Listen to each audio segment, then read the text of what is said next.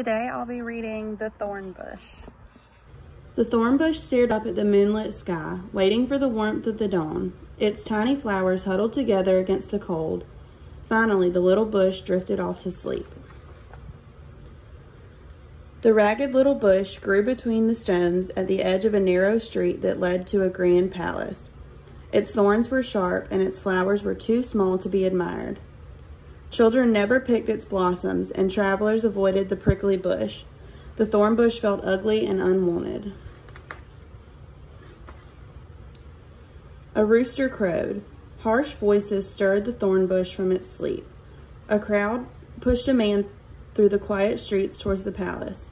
His hands were tied, but he showed no anger. The man stopped in front of the little bush. His gentle gaze made the bush feel warm and cared for. No one had ever shown such kindness to the thornbush. A moment later, the shouting crowd forced the man to move on. Out of the shadows came another man. As he passed, a silver coin fell to the ground. It rolled beneath the thornbush. The man knelt to pick it up. His face was sad, and he began to weep. His tears fell on the thornbush. How I wish I could comfort him, thought the little bush, but my thorns will only pierce him more. The man stumbled off and did not return. People began to gather outside the palace. A soldier walked through the crowd toward the little thornbush. The morning sunlight reflected off of the soldier's raised sword. With a single swing of the sharp weapon, several branches fell from the little bush. The soldier gathered the cuttings and returned to the palace. Why would anyone want my ugly thorns? The thornbush wondered. The sun rose high in the morning sky. People began to shout as a man limped through the palace gates. Behold, your King Jesus, laughed the soldiers, who says he is the Son of God. Crucify him, yelled the angry mob. The little bush shuddered. It was the man with the kind face. He was struggling to drag a heavy wooden cross over the rough stone street. As the man reached the thornbush, he stumbled and fell to his knees. He turned a tired face towards the little bush. Even though he will soon die on that cross, his eyes are filled with kindness, the little bush thought. The thornbush recognized its own spiked branches weaved into a thorny crown upon the man's head. A drop of blood fell from the man's forehead onto one of the bush's small yellow blooms. The stained flower fell to the ground.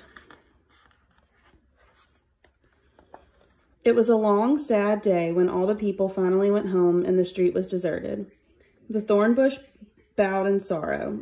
It was ashamed of the pain its thorns had caused the man with the cross.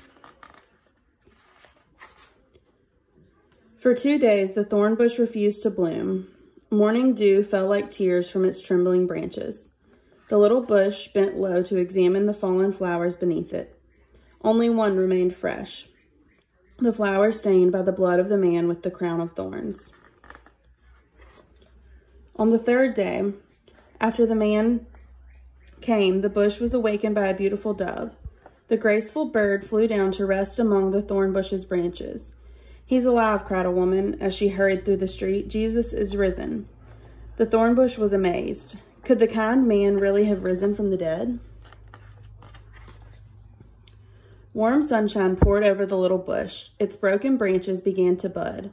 Once more, the thornbush thought of the loving kindness shown by the man with the gentle eyes, the man they called Jesus. The thornbush selected its most delicate bloom and held it high in the morning sun. Slowly, the golden bloom opened, revealing a touch of red, deep within the small blossom, as though it had been stained by a droplet of Jesus' blood. The thornbush rejoiced. The man Jesus had died but lived again. He truly is God's son.